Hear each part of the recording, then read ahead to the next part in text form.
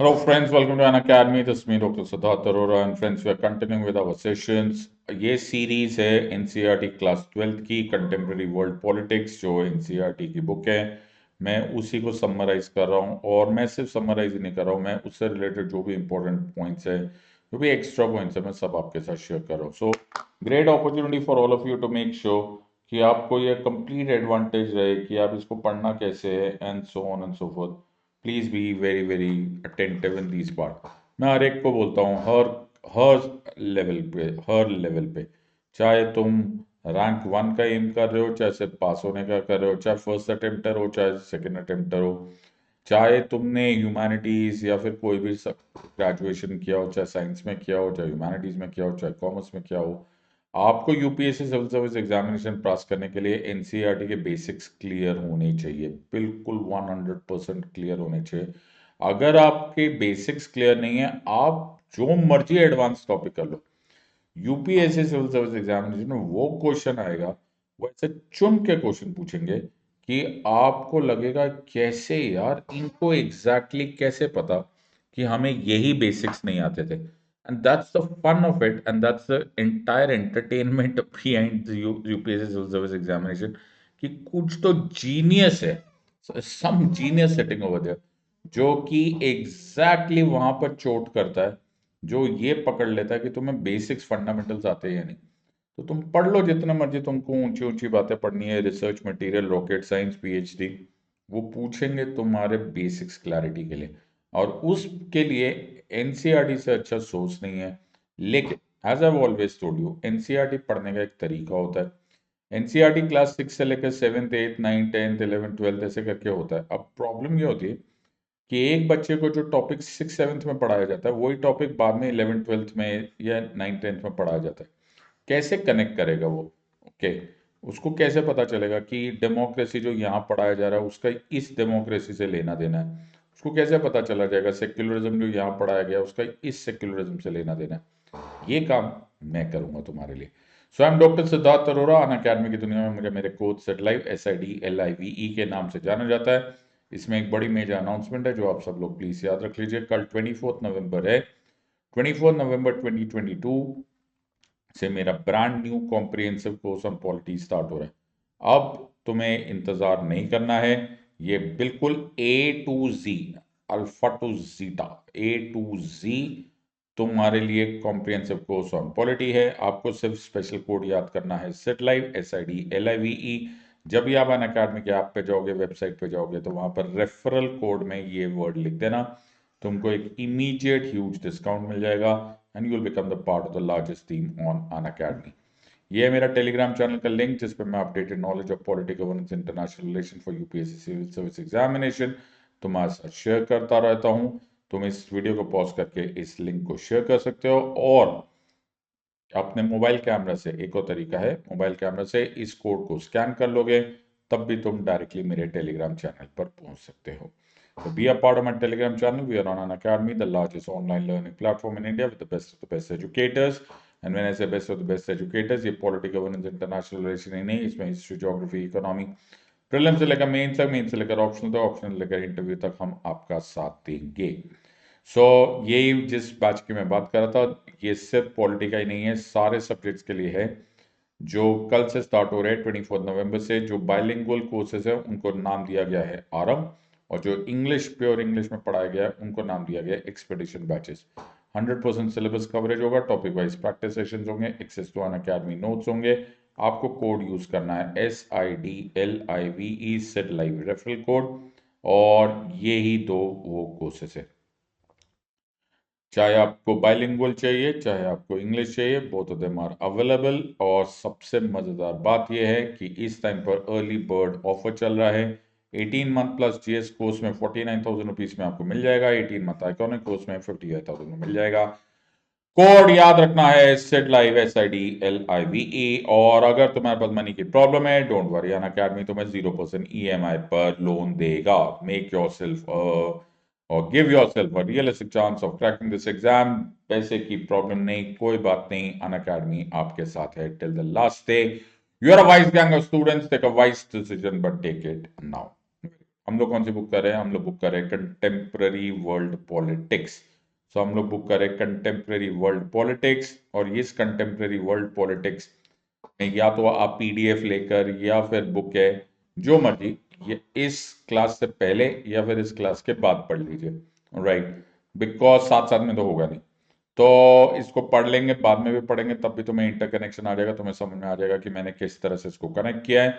और हमने जो पहला वीडियो से लेकर आज तक, तो ये पूरी सीरीज आप यूट्यूब पे इसको सीक्वेंशियली देखते चले जाओ। मैंने पहले बताया था इसमें कोल्ड वॉर एरा का क्या था, वर्ल्ड वॉर टू के बाद कैसे कोल्ड वॉर स्टार्ट हुआ, कैसे ये दुनिया दो पार्ट्स में डिवाइड हो गई in terms of power politics और पावर डोमिनेशन। दो सुपर पावर बन गई, एक बन गया यूएसए, एक बन गया यूएसएसआर। और फिर ये इसमें कैसे आर्म्स रेस हुई, किस तरह से पोलराइजेशन होने लग गई, और कैसे वन अपमैनशिप स्टार्ट हो गई, मार्शल प्लान का क्या रोल था इसमें, मोलोटोव प्लान का क्या रोल था, नेटो कैसे बना, वॉर्सो पैक्ट कैसे बना, क्यूबन मिसाइल क्राइसिस कैसे हुई, वियतनाम में क्या हुआ, कोरिया में क्या हुआ, इंडिया का क्या रोल रहा, ओके, हमने नॉन अलाइन मूवमेंट कैसे किया, and so on and so forth. फिर हमने बोला कि यार ये सब तो बाइपोलैरिटी थी। बाइपोलैरिटी मतलब दो पोल्स थे, एक साइड पे यूएसए था, एक साइड पे यूएसएसआर था, लेकिन 1991 में अचानक सब कुछ खत्म हो गया और एंड ऑफ बाइपोलैरिटी हो गई। 1989 में बर्लिन वॉर, 9 नवंबर 1989 को अचानक एक नई ही बिगिनिंग में आ गई। एक ऐसी बिगिनिंग जिसमें जितने भी कम्युनिस्ट रजीम थे, जितने भी ईस्टर्न यूरोपियन रजीम से, वहां पे अचानक रजीम चेंज की एक बाढ़ सी आ गई, डोमिनोज इफेक्ट आ गया। Mikhail Gorbachev, that is the premier of USSR, ने तब ग्लासनोस्ट एंड पेरेस्ट्रोइका नाम के दो प्रोजेक्ट्स स्टार्ट किए थे, लेकिन वो दोनों कोलैप्स कर गए। धीरे धीरे धीरे धीरे इसका फाइनल इफेक्ट आया यूएसएसआर पे। The mighty Russian Empire, the Union of Soviet Socialist Republics, सामने सामने डिसइंटीग्रेट हो गया इंटू 15 कॉमनवेल्थ और कॉन्फेडरेशन ऑफ इंडिपेंडेंट स्टेट्स, और रशिया बन गया the successor state of USSR. अब माना कि रशिया बहुत स्ट्रांग था, माना कि रशिया फिर भी लार्जेस्ट कंट्री था, लेकिन वो यूएसएसआर वाली बात नहीं थी, वो union of Soviet socialist republics वाली बात नहीं थी। माना कि रशिया के पास न्यूक्लियर स्टेट आए थे, माना कि रशिया के पास अभी भी बहुत सारे नेचुरल रिसोर्स है, माना कि रशिया के पास साइज था, ये था, लेकिन फिर भी वो यूएसएसआर की बात नहीं आई। और इसीलिए एक नई दुनिया का कॉन्सेप्ट हुआ, एक नई दुनिया का हम लोगों को नज़ारा देखने को मिला, जिसमें यूनिपोलर वर्ल्ड था। क्या था? Unipolar world. वैसे ये दुनिया में अजीब सा ही वर्ड होता है कि यूनिपोलर क्या होता है, लेकिन अब बोलने को और कोई वर्ड मिला नहीं, इसलिए हमने बोल दिया यूनिपोलर वर्ल्ड। यूनिपोलर वर्ल्ड मतलब there was one one super power, और उस सुपर पावर के पास वो पावर थी जो उसने पूरे वर्ल्ड को डोमिनेट किया। वो डोम और कर भी रहा एक्चुअली। डोमिनेशन था, मिलिटरली डोमिनेशन था, कल्चरली डोमिनेशन था, टेक्नोलॉजिकली डोमिनेशन था, इकोनॉमिकली डोमिनेशन था, डिप्लोमेटिकली एंड व्हाट नॉट।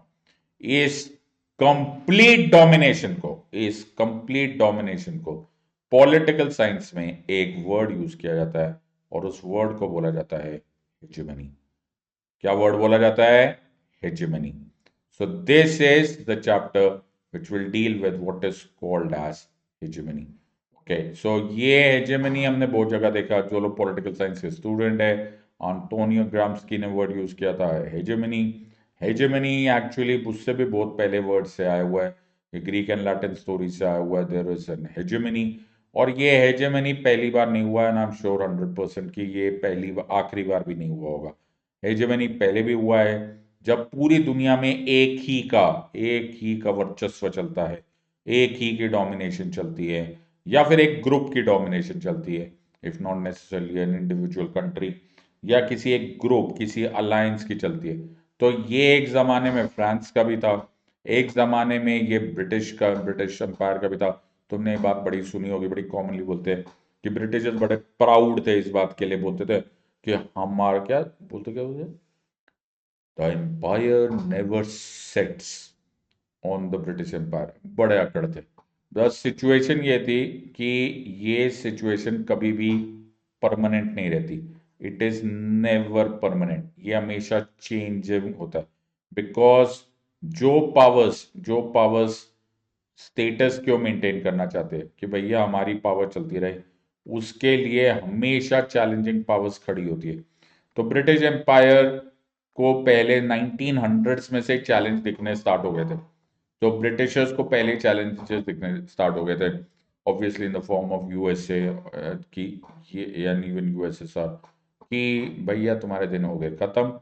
और वही हुआ कि यूके और इंग्लैंड थोड़े टाइम के बाद यूएसए की शैडो में चल रहा था, जो भी चल रहा था। वक्त बदलते टाइम नहीं लगता, लेकिन आज का सिनेरियो ये, हम भविष्यवाणी नहीं करेंगे, आज का सिनेरियो ये है कि हम देख रहे हैं the times of United States हिजमनी।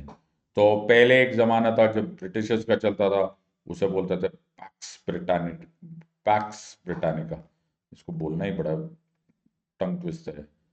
PACS Britannica मतलब the times of British. Okay, फिर ये चला गया, अब चल रहा है यूएस हेजेमनी। और अगर तुम इस टाइम पे चाइना को आवाज दोगे तो चाइना बोलेगा कैसी बातें कर रहे हो, एक दिन हमारा चलेगा और हमारा वक्त आएगा, और उसको वो लोग पैक्स सेनेका बोलते हैं। तो ये चलता ही जाएगा। ये एक स्टेटस क्यों पावर होगी, एक चैलेंजिंग पावर होगी, एक बदलने की कोशिश करेगा और एक बोलेगा जैसा चल रहा है वैसे चलते रहो। जैसे ये जो भी वर्ड था, ओके, ये जो भी वर्ड था, इस वर्ड का, यूएस हेजेमनी का, ये वर्ड ये लोग यूज नहीं कर सकते थे जब तक 1991 नहीं आया। प्लीज समझने की कोशिश करो, मैं तुमको सारे के सारे फैक्ट समझा रहा हूँ ताकि तुम्हें कॉन्सेप्चुअल आंसर लिखने में आसानी हो जाए।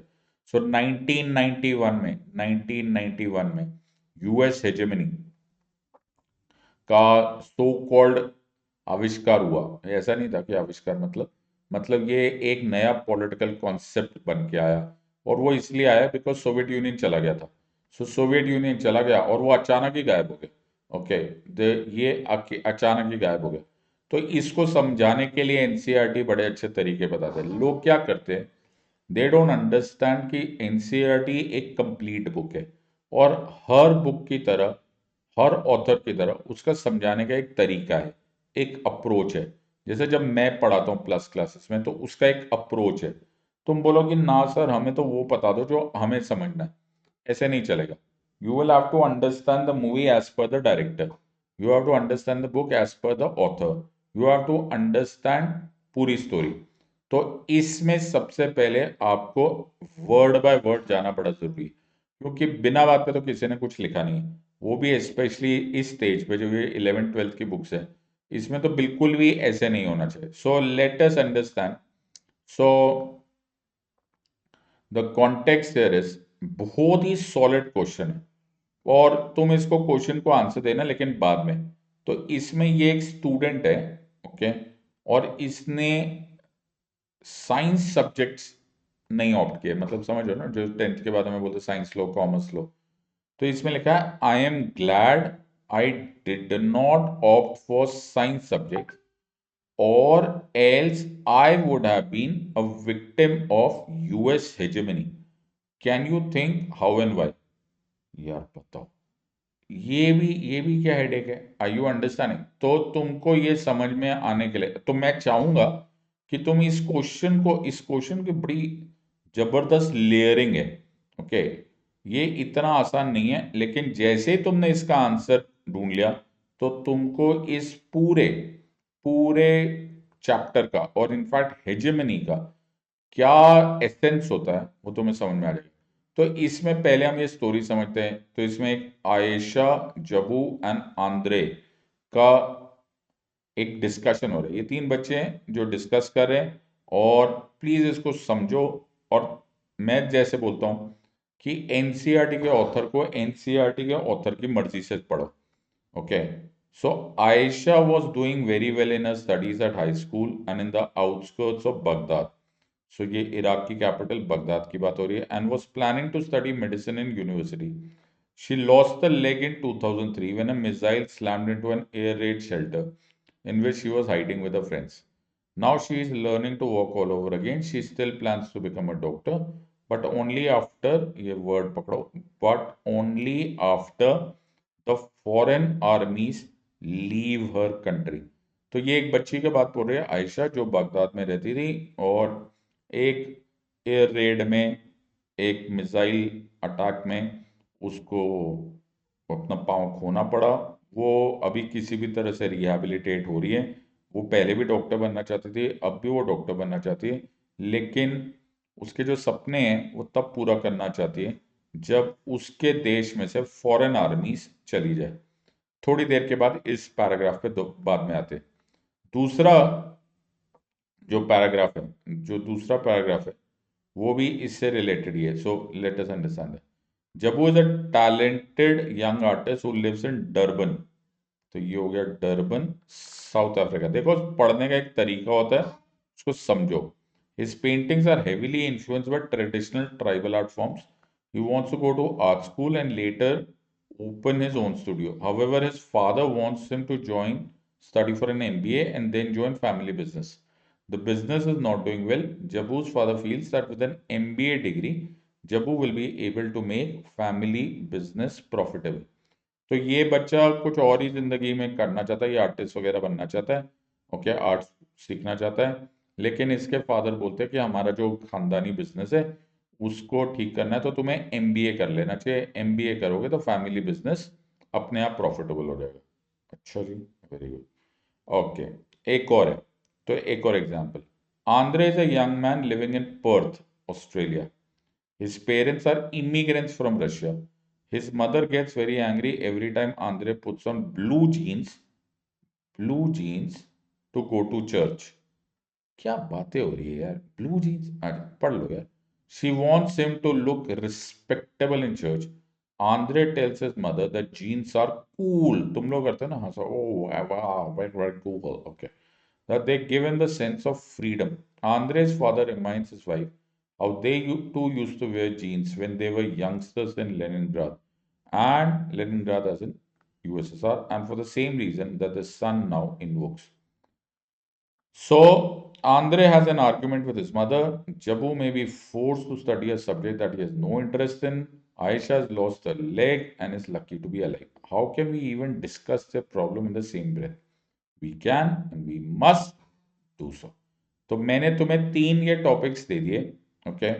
अब इस विषय में सोचते चले जाओ, अब विषय में सोचते चले जाओ, और इस टॉपिक के अंत पे तुम मुझे ये बात बताना, कमेंट्स में आंसर दे सकते हो।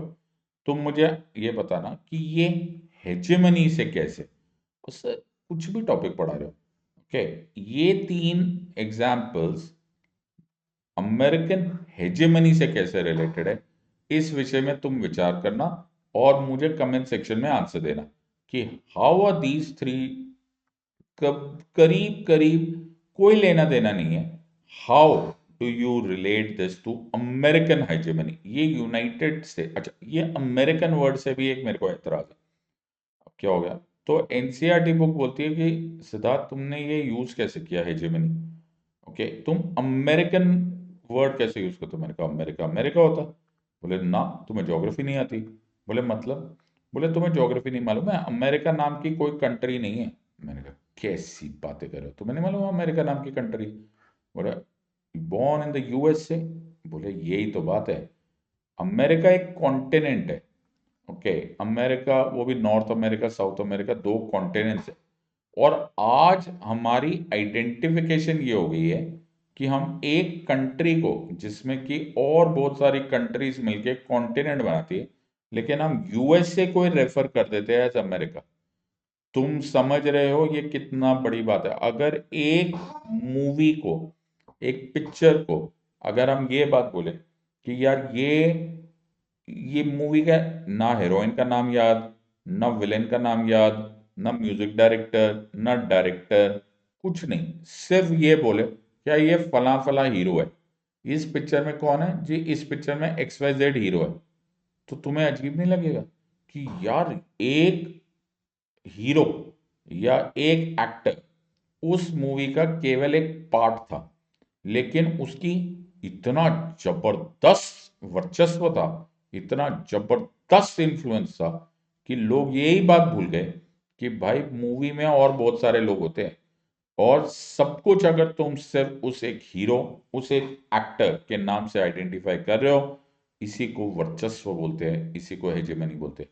सो ये देखा जाए तो बहुत छोटी सी बात है, लेकिन मैं एनसीईआरटी के ऑथर्स को मुबारकबाद करना चाहता हूँ कि ये कितने अच्छी तरह से उन्होंने लिंक किया that US is only one of the countries in the American continent.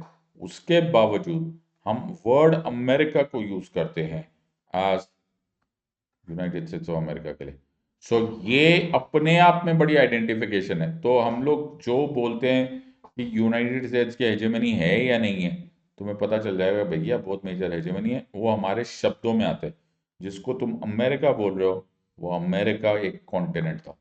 So as I said, ये एक न्यू वर्ल्ड ऑर्डर की शुरुआत हुई। तुम्हें एग्जाम में आएगा तो इसको याद रखना, ये एक न्यू वर्ल्ड ऑर्डर की शुरुआत हुई।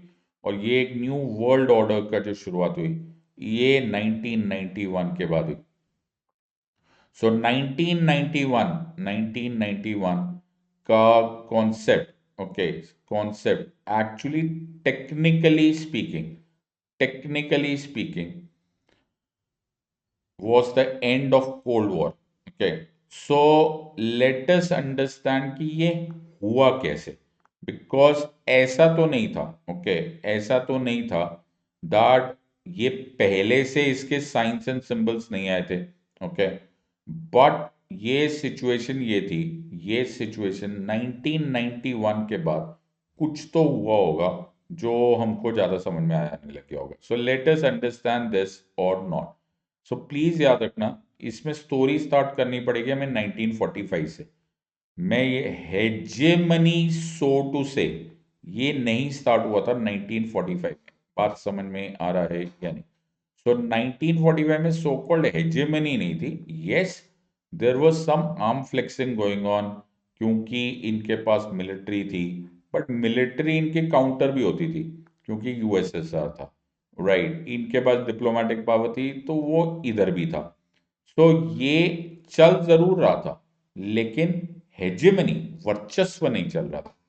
1991 में जब यूएसएसआर कोलैप्स हो गया, उसके साथ साथ एक थोड़े टाइम पहले एक इवेंट और हुआ था। इवेंट ये हुआ था कि 1990 में सद्दाम हुसैन और इराक, उसने कुवैत पे अटैक कर दिया था। और कुवैत पे जब अटैक हो गया, ओके, कुवैत पे अटैक हुआ, तो अब मैं अंदर का तो किसी को नहीं पता, apparently there was a bone to pick between Iraq and Kuwait. लेकिन यूएसए को ये लगा नो, कुवैत हमारा फ्रेंडली कंट्री है और इराक ने ऐसा नहीं करना चाहिए। ऐसा बोला जाता है कि उन्होंने पहले डिप्लोमेटिक मेथड्स यूटिलाइज किए, यूनाइटेड नेशंस के थ्रू उन्होंने इंफॉर्मेशन की कि भैया बहुत इंपॉर्टेंट चक्कर है। और एक मेजर स्टेप लिया गया।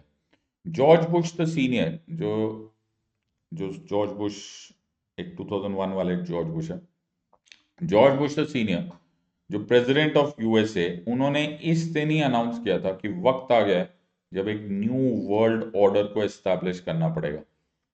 एक इतनी मैसिव कोएलिशन फोर्स बनाई गई जो उससे पहले कभी इतनी मैसिव फोर्स अलग अलग कंट्रीज की कभी भी नहीं हुई। सो ये अमेरिकन लेड थे, ऑब्वियसली यूएस लेड थे, फ्रांस से, इंग्लैंड से, नेटो की सारी कंट्रीज, एवरीवन जॉइंड हैंड्स, और इराक में एक्यूमुलेट होने लगे, कुवैत में एक्चुअली एक्यूमुलेट होने लगे। और वो जो दिन था, वो हम लोगों ने टीवी पर देखा। That was probably the first televised war. Okay, televised war था, मतलब वो एक तरह से, मतलब तुम सोच नहीं सकते कि किसी ने सोचा नहीं था कि वॉर को टीवी पे दिखाया जाएगा। नया नया केबल टीवी आया था और टीवी पे ऐसे दिखाया जा रहा था जैसे कोई वीडियो गेम है। जबकि ये बात हम लोग को समझ में आ ही रही होनी चाहिए थी कि किसी का घर उड़ रहा है, किसी के जिंदगियां तबाह हो रही है। और जैसे ये एक एग्जाम्पल है, ये एक रोड है। तो इराक का एक बहुत की एरिया था बसरा, बसरा और कुवैत के बीच में जहां पे भी मिलिट्री मूवमेंट हो रही थी ऑफ इराकी फोर्सेस, उसको इतने हाई टेक वेपन्स, ओके, मैं तो इतने मिसाइल्स विसाइल्स का नाम भी नहीं जानता, but there were missiles like Scuds, okay, बिल्कुल नया नया, किसी ने देखा नहीं था टीवी पे यार, ऐसी भी टेक्नोलॉजी होती है, ऐसे दिखाते थे, एक कैमरा आ रहा है, कैमरा जूम टॉक करके उड़ा दिया, मतलब we were like what is this. मतलब जो नहीं भी डरेगा ना, डरने वाला था ना यूएसए से, वो डर जाएगा, बोलेगा कि यार ये तो यार ये अलग ही दुनिया के लोग हैं। ओके, हमने तो ऐसे सोचा ही नहीं, हमें तो गोलियां, बंदूक, टैंक, आर्टिलरी इतना दिखाई देता है, भाई ये लोग तो टेक्नोलॉजी अलग है, ये लोग तो घर बैठ के फायर कर रहे हैं, इनकी सबमरीन से एक मिसाइल जाती है, उड़ा के आ जाती है। फिर अपाचे हेलीकॉप्टर्स जाते थे, सारा काम, this was so bad that इसको बोला जाने लगा that it was the highway to death. Okay, it was the highway to death. जो भाग भी रहा था ना इराक के सोल्जर्स, वो भी मारे गए सबको। इसको बाद में बहुत लोगों ने क्रिटिसाइज किया, war crime and so on and so, लेकिन क्या फर्क पड़ता है, history is always written by winners. और यही था द फर्स्ट गल्फ वॉर। कहते हैं ना कि एक होता है तुम्हारे पास शक्ति होना, और एक होता है शक्ति का प्रदर्शन करके उसको साबित करना। अमेरिकन्स ने इस फर्स्ट गल्फ वॉर में इसको साबित कर दिया। सो और मजेदार बात ये थी कि इतनी जबरदस्त टेक्नोलॉजिकल एडवांसमेंट किसी ने नहीं देखी थी। सो सद्दाम हुसैन, और please don't make any mistake on this, Saddam Hussein and the Iraqian forces कोई कमजोर नहीं थे। ओके, सद्दाम हुसैन के पास एक एलीट ग्रुप ऑफ सोल्जर्स थे जिनको रिपब्लिकन गार्ड्स बोला जाता था। ओके, ईरान इराक वॉर में उन लोगों ने बहुत अच्छी लड़ाई भी की थी, and so on and so everything was very very strong with relationship to Saddam Hussein. लेकिन और इसलिए सद्दाम हुसैन बड़ा कॉन्फिडेंट था। सद्दाम हुसैन आया और सद्दाम हुसैन बोला तुम हमारे कंट्री पे अटैक करोगे, अभी देखो हम तुम्हें क्या दिखाते हैं। तो उसने प्रॉमिस किया था मदर ऑफ ऑल बैटल्स, उसने ऐसे बोला था, ये मदर ऑफ ऑल बैटल्स था। ओके, लेकिन बच्चा, ये जो वॉर हुआ, ये इतना वन साइडेड वॉर हुआ कि किसी को समझ में नहीं आया। और जब वन साइडेड वॉर हुआ, ओके, और वो भी सबको मालूम था कि कोएलिशन फोर्सेस नहीं है, ये ज्यादातर यूएस लेड फोर्सेस थी। तो अमेरिका के ही जनरल थे नॉर्मन श्रॉस्कोफ, वो इसके general officer commanding in chief थे। और ऐसे ऐसे बॉम्ब्स यूज किए गए जो दिखाए नहीं। So it was smart bombs, computer Wars, television coverage, इसको वीडियो गेम वॉर, ऐसा मतलब तुम सामने सामने देख रहे थे, और जो देख रहा होगा दुनिया में उसका ऐसा मुंह खुला का खुला ही रह गया, बोले भाई ये तो अलग ही लड़ाई चल रही है। सो ऑपरेशन डेजर्ट स्टॉर्म जो इसका टेक्निकल नाम था, ओके, तो जो मिलिट्री पार्लेंस में बोलते हैं ऑपरेशन का नाम, ओके, डेजर्ट स्टॉर्म, और जिसको नॉर्मल भाषा में फर्स्ट गल्फ वॉर बोला जाता था। You understanding this part? ये जो फर्स्ट गल्फ वॉर था, ये जो फर्स्ट गल्फ वॉर था, ये अमेरिका को शोकेस करने में एक ह्यूज ह्यूज रोल अदा कर गया। पूरी दुनिया देखती रही वेपन्स एक्सपोर्ट के, भाई इन कंट्रीज के, इस स्कड वॉर के, या ये जो भी एक और जो एंटी मिसाइल टेक्नोलॉजी थी, पेट्रियट मिसाइल्स एक्सेट्रा, ये जो भी टेक्नोलॉजी थी, इसके कई बिलियंस ऑफ डॉलर्स का ट्रेड हुआ। और मज़ेदार बात यह है, जो फर्स्ट गल्फ वॉर हुआ था उसमें भी अमेरिकन ने बड़ा अच्छा अरेंजमेंट किया था। अरेंजमेंट ये था कि भाई लड़ने हम जाएंगे, पैसे तुम दोगे। तो बड़ी जो रिच कंट्रीज थी, Germany, Japan, Saudi Arabia specially, because Saudi को ये बड़ा डर था कि इराक नेक्स्ट उस पर न कुछ कर दे, तो पैसे भी इनको भर भर के मिले। तो either ways America makes money from where whatever it is. So ये एक बहुत ही अच्छा है। Is it true that US has never fought a war on its own land? Doesn't that make it easy for American to get into military adventures? हाँ, तो ये military adventures में जाते हैं, बट अमेरिका के लिए war is not always a war, it is many a times business. So यही situation हुई, लेकिन बुश इलेक्शन हार गए, फिर बिल क्लिंटन आ गए। और अमेरिकन हिस्ट्री को जब आपको देखना है तो वो प्रेसिडेंशियल हिस्ट्री के अनुसार देखना होता है, एक प्रेसिडेंट ने दूसरे प्रेसिडेंट के साथ क्या किया and so on so, because broadly speaking however American politics में कॉमन फॉरेन पॉलिसी है, ये बड़ा ध्यान से सुनना। Henry Kissinger the secretary of state of USA, उनका एक बड़ा अच्छा स्टेटमेंट थी। वो बोलते थे America has no permanent friends, no permanent enemies, no permanent enemies, only permanent interest, no permanent enemies, only permanent interest. तो ये लाइन अपने आप में ना बहुत सारा कहानियां बयान कर देती है। तो अगर आपको ऐसा लग रहा है कि एक डेमोक्रेट जाएगा और रिपब्लिकन आएगा तो अचानक अमेरिकन फॉरेन पॉलिसी कुछ और हो जाएगी, ऐसा नहीं होगा। ब्रॉडली स्पीकिंग सबकी सेम ही होती है, लेकिन थोड़ा बहुत ऊपर नीचे आ जाता है। जैसे क्लिंटन जब आए, बिल क्लिंटन आए, तो बिल क्लिंटन ने थोड़े democracy, promotion, climate change, world trade, इस पर ज्यादा फोकस करना स्टार्ट किया और मिलिट्री पावर और सिक्योरिटी पे थोड़ा कम करना स्टार्ट किया। लेकिन प्लीज ये गलत फहमी मत रखना, चाहे वो कोई भी प्रेसिडेंट आएगा, यूएस कभी भी पीछे नहीं हटेगा अपनी एयरफोर्स भेजने में, अपने मरीन्स भेजने में, अपनी नेवी भेजने में। तो क्लिंटन ईयर्स में भी हुए, ओके, युगोस्लाविया में, okay, so this was done, Kosovo में अटैक हुआ, मिलोसेविच वाला पूरा सिचुएशन हुआ, तुम्हें सारे के सारी ये कहानियां मालूम है। सो इट इज, और तंजानिया में ऑपरेशंस हुए, मिलिट्री कभी पीछे नहीं हटती on this part. So it is the context there is, और ज्यादातर ये लोग अपना ही वैलिड रीजन बता देते। वैलिड रीजन ये बात बताता है कि यार देखो ये तुम्हारी कंट्री है, हाँ, तुम्हारी कंट्री से कोई ऐसा ग्रुप है जो फंक्शन कर रहा है, और वो जो ग्रुप है वो एंटी यूएस इंटरेस्ट है, यानी कि एंटी अमेरिकन इंटरेस्ट है, तो चलो जी कोई बात नहीं, तुम या तो थोड़ा सा इंतजार करो और देखो हम क्या करते।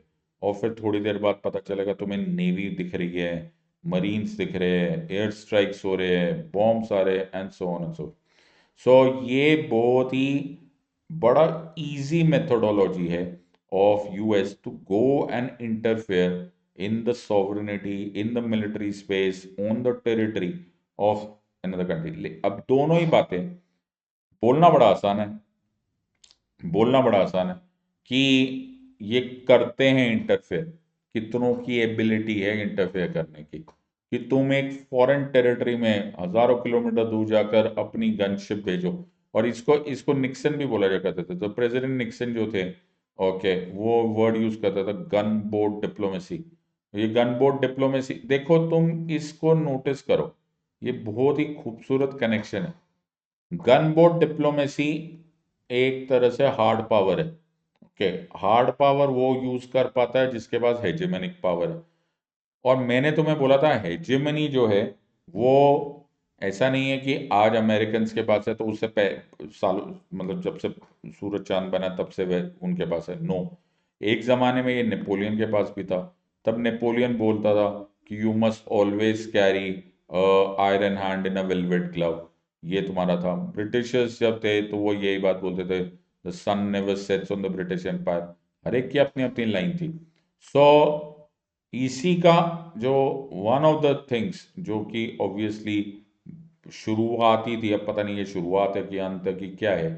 सो then came another group which was called as al Qaeda group, okay, जो मेरे ख्याल से तुम सब लोगों को मालूम है।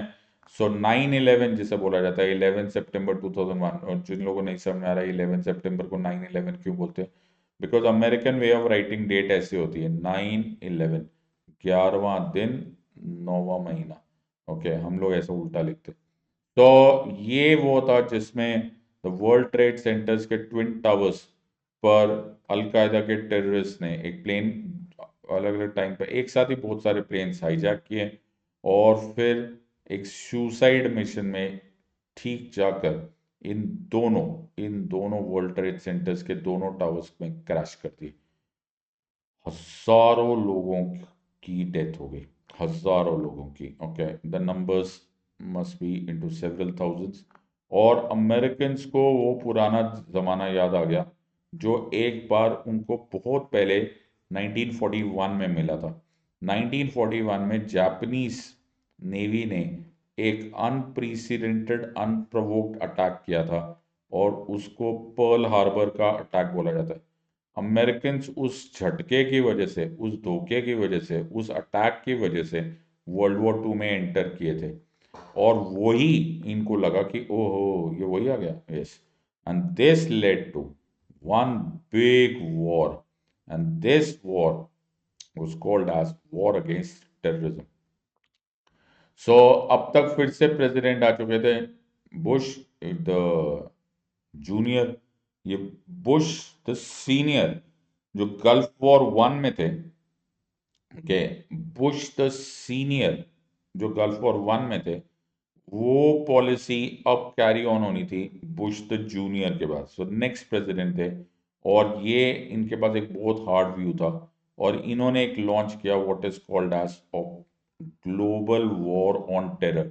इसको नाम दिया गया ऑपरेशन एंड्यूरिंग फोरम फ्रीडम, जिसमें कि सारे अलकायदा और तालिबान रेजिम के खिलाफ एक ह्यूज वॉर अनाउंस कर दिया गया। बोला कि this is complete attack on USA, and this is how we are going to fight it. So the context here is, इस कार्टून से बहुत अच्छे से दिखाई दे रहा है, ये अमेरिकन है, ये नॉर्मल है। अमेरिकन किसी को एक पंच मारते हैं, ओके, वो दूसरा जो गिर जाता है उसको बोलता है उफ व्हाई डू यू अटैक मी, तो बोलते हैं you pose the potential threat. तो हमें अमेरिकन को कुछ भी ऐसा लगे, अमेरिकन को कुछ भी ऐसा लगे कि यार उसमें एंटी अमेरिकन थॉट प्रोसेस है या एंटी अमेरिकन रेमनेंट्स भी हो, तो ये पहुंचा देंगे पूरी की पूरी आर्मी, पूरी की पूरी navy, air force and so on सो। फिर एक और बात है जिसको हम लोग ह्यूमन राइट्स की बात करते हैं, ये सब बातें यहाँ पर बड़ी कॉमनली होती है। अमेरिकन बड़ी कॉमनली बात करते हैं ह्यूमन राइट्स वायलेट नहीं करो, ह्यूमन राइट्स को अपहोल्ड करो। इनसे कोई नहीं पूछेगा, क्यों? क्योंकि इन्होंने क्यूबा में जहाँ इनका नेवल बेस है, इनका अमेरिकन नेवल बेस है, वहां पर एक हाई सिक्योरिटी प्रिजन बनाया हुआ है, और दुनिया को मालूम है उसका, उसको बोलते हैं गिटमो। गिटमो इज ग्वांटनामो बे, इसको शॉर्ट में बोलते हैं गिटमो, ओके, ग्वांटनामो बे। ओके, बोलने में थोड़ा सा टंग ट्विस्टर है इसलिए। कहते हैं जो यहाँ पर चला गया उसको कोई इंटरनेशनल लॉ नहीं बचा सकता, कोई जेनेवा कन्वेंशन नहीं बचा सकता, कोई यूनाइटेड नेशंस नहीं बचा सकता, कुछ नहीं है, ये दुनिया से पार हो गया। अमेरिकन यहाँ पे जो मर्जी करना चाहते हैं वो करते, उनको जिसको जैसा इंटरोगेट करना है कर सकते हैं, जिसको पकड़ना है वो पकड़ सकते हैं, उस उनको लगना चाहिए कि ये एक पोटेंशियल थ्रेट है, और काम खत्म हो गया। सो यही इसी वॉर अगेंस्ट टेरर में 19 मार्च 2003 में ऑपरेशन इराकी फ्रीडम के नाम पर एक एक US led coalition of the willing, okay, को मौका दिया गया कि जाओ इराक को अटैक करते। ये डिस्पाइट द फैक्ट कि यूनाइटेड नेशंस ने इसको मना कर दिया था, बट यूएस यूएन का मोहताज नहीं, दे आर टू स्ट्रॉन्ग। और इन्होंने एक नया ही कहानी बनाई, और वो कहानी बनाई कि वेपन्स ऑफ मास डिस्ट्रक्शन है इनके पास, वेपन्स ऑफ मास डिस्ट्रक्शन है, ओके। सो अब भैया किसी के पास था या नहीं था, लेकिन कहानी ऐसे बना दी गई, जनता का सपोर्ट ऐसे हो गया, and then they finally attack. Saddam Hussein जो ऑलरेडी फर्स्ट गल्फ वॉर में ही वीक हो चुका था, under the force of sanctions, under the force of all these thing, उसकी गवर्नमेंट तो बहुत जल्दी कोलैप्स हो गई, लेकिन ये फिर भी अपनी मिलिट्री ऑक्यूपेशन कंटिन्यू करते रहे, जिसमें अनटोल्ड मिजरी हुई टू इराकी सिटीजन्स। उसका फॉल आउट वॉज, चाहे वो लीगल हो, चाहे इंटरनेशनल डिप्लोमेटिक हो, चाहे इकोनॉमिक हो, is huge. This is hegemony. Hegemony is about power.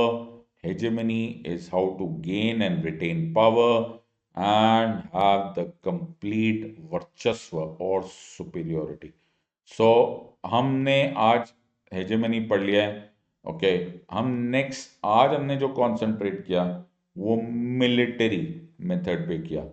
कल हम लोग नेक्स्ट वीडियो में करेंगे कि क्या और भी तरीके होते हैं जिससे हेजेमनी मेंटेन किया जा सकता है और क्या अमेरिकन ने उस पर एक्सपेरिमेंट किया है। तो धीरे धीरे धीरे धीरे तुमको ये पूरा सब्जेक्ट समझ में आ जाएगा। मुझे उम्मीद है कि ये तुम्हें बिल्कुल क्लियरली समझ में आ गया। राइट, इसके नोट्स बनाओ, रिवाइज करो, एंड आई एम श्योर कि you will get great advantage. आखिरी बार 24 नवंबर 2022 को ये एक नया बैच लॉन्च हो रहा है, आरंभ, which is bilingual, an expedition which is in English. Please utilize the code SIDLIVE। 49,000 में 18 मंथ प्लस जीएस कोर्स मिल जाएगा और 18 मंथ आइकॉनिक जीएस 55,000 में मिल जाएगा। Don't miss this opportunity.